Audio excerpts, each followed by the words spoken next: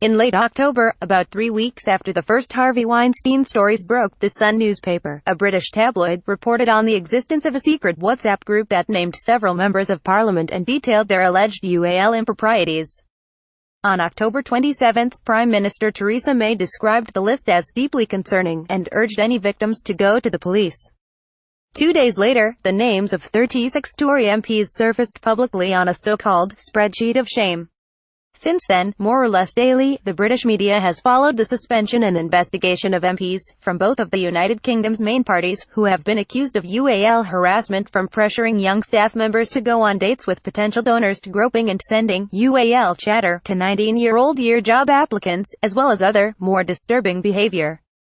On October 30, Lisaville Roberts, an MP from the Welsh party, Plaid Cymru, revealed in the House of Commons that no action had been taken after a staffer had reported a UAL assault by an MP to the authorities earlier this year. The following day, a Labour activist named Bex Bailey said that she was raped by a party official in 2011, when she was 19, but was told not to report it because it would damage her career. On November 7, a Labour member of the Welsh Assembly, Carl Sargent, killed himself after being removed from his post following complaints that had been made against him. As of last week, 8 Conservative MPs and 4 Labour MPs were being investigated by their parties and the police for various forms of UAL wrongdoing. The reckoning has felt sudden but partial, as if a door has been opened a few inches but no farther. The Conservative government is 11 seats short of a parliamentary majority, and divided, as it attempts to enact the country's monumentally difficult departure from the European Union. The Prime Minister is weak and cannot afford to make enemies. So far, the only high-profile resignation has been that of Sir Michael Fallon, the 65-year-old Defence Secretary.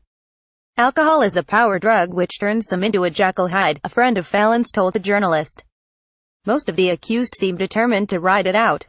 A civil service inquiry is required, apparently, to ascertain whether Mark Garnier, an international trade minister, was wrong to call a former staff member sugar tits and ask her to buy vibrators for him in Soho.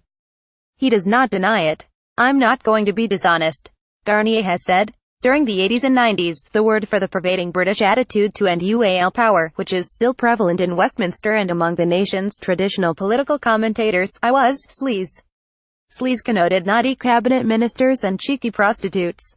Politicians and the tabloids played a compulsive game of bonking and kiss and tell in which someone would get sensationally caught every now and again, sacked, and ordinary life would resume.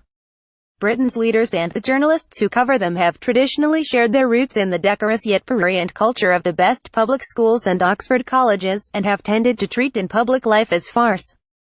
There remains an urge to innuendo, to pun, to quickly break the moment. On October 28, the day after May encouraged the victims of UAL crimes to go to the police, Michael Gove, her Environment Secretary and an intellectual force in the Brexit campaign, took part in a 60th anniversary edition of the Today programme, BBC Radio's flagship for current affairs.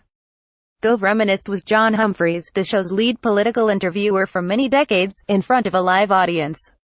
"Sometimes I think that coming into the studio with you, John, is like going into Harvey Weinstein's bedroom," Gove said. "You pray that you emerge with your dignity intact." Gasps in the crowd turned to loud laughter and applause. Gove later apologized. The Palace of Westminster is, by any account, an otherworldly place to work. It has 10 bars, subsidized by the taxpayer, and a labyrinth of corridors, cramped elevators, and obscure moral codes, both personal and political, that play into the hands of old-timers. Westminster is run through very informal channels, one longtime observer told me. But they are not written down so one knows what the normal channels are. Until 2010, Parliament had a shooting range for members, but no nursery. Tory MPs used to enjoy calling every woman Betty. Gillian Shepherd, who went on to become a Conservative cabinet minister, was elected in 1987. She tried to correct them. "Look, you know my name isn't Betty," she has recalled. But you're all the same," the reply came. When female MPs spoke in the House of Commons, men would wobble their hands in front of their chests and shout melons to put them off.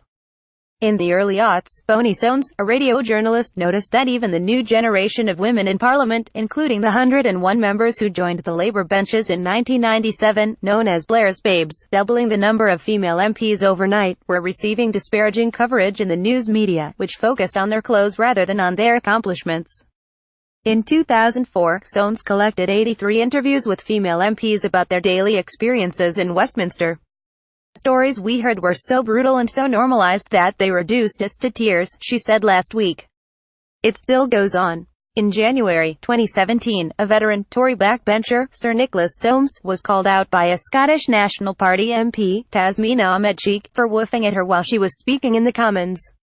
Given the chance to apologize, Soames said that he had been performing a friendly canine salute. In 2016, Tulip Siddiq, a 33-year-old Labour MP, was reprimanded for bringing down the whole of womankind when she slipped out of the chamber for a snack during a debate. She was 7 months pregnant. "It hasn't gone away," Siddiq told me last week. It was about 9 o'clock at night. The House of Commons was sitting until close to midnight by convention. The bars stay open an hour later, as MPs debated highly technical Brexit legislation. Members waiting in the lobby to vote said goodnight to their kids on FaceTime. "There was a time when there was a Margaret Thatcher approach, women don't need to speak about this, an Iron Lady attitude," Siddiq said. "I don't think there is any need for that. Since the spreadsheet of shame surfaced, it is believed to have been drawn up by female Conservative staffers. Press attention has shifted to the experiences of the more than 1,800 people, many of them young, currently listed as assistants and secretaries to MPs. Siddiq was hired as a parliamentary aide when she was 22.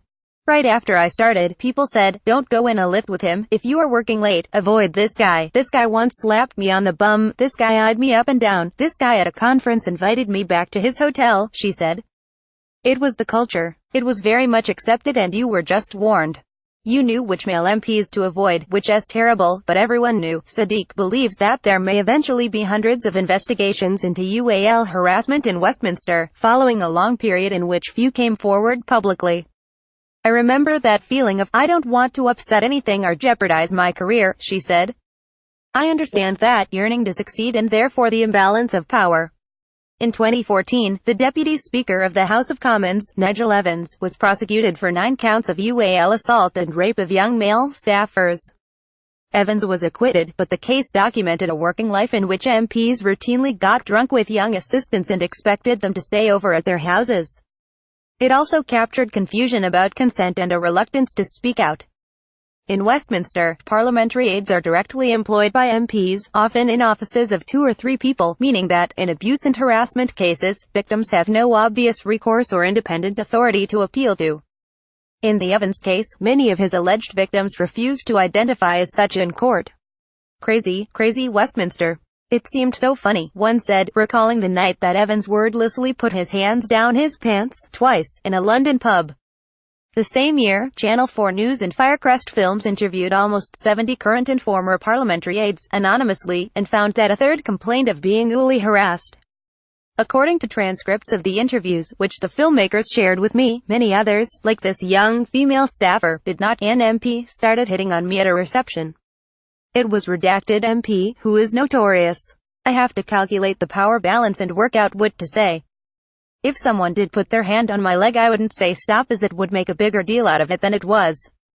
Others have come on to me as well. There was another one at the Scottish Parliament who started playing the guitar for me and brought out some wine.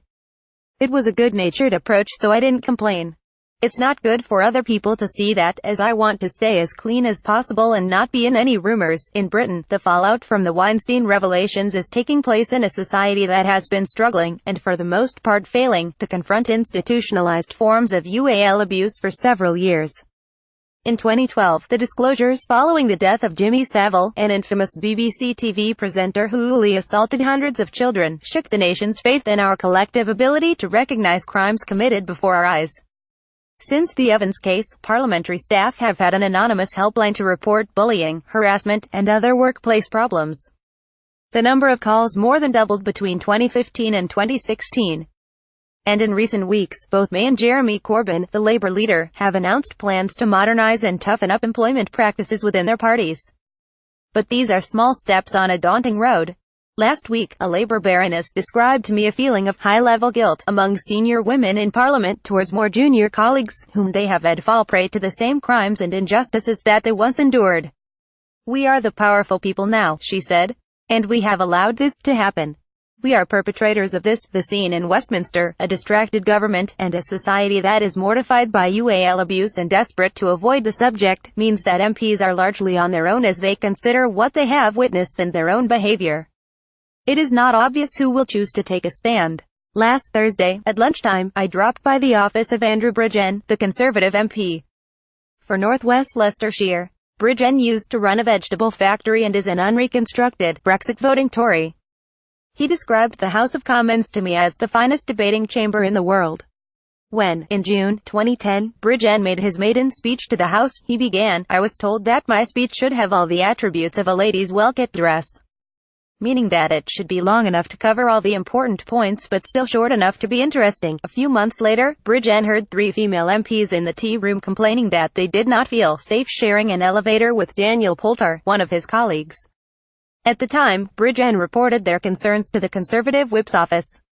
Poulter denies all allegations of wrongdoing. Nothing happened. Poulter was promoted. But earlier this month, 7 years later, after Savile and after Weinstein, Bridgen decided to speak out again, publicly this time.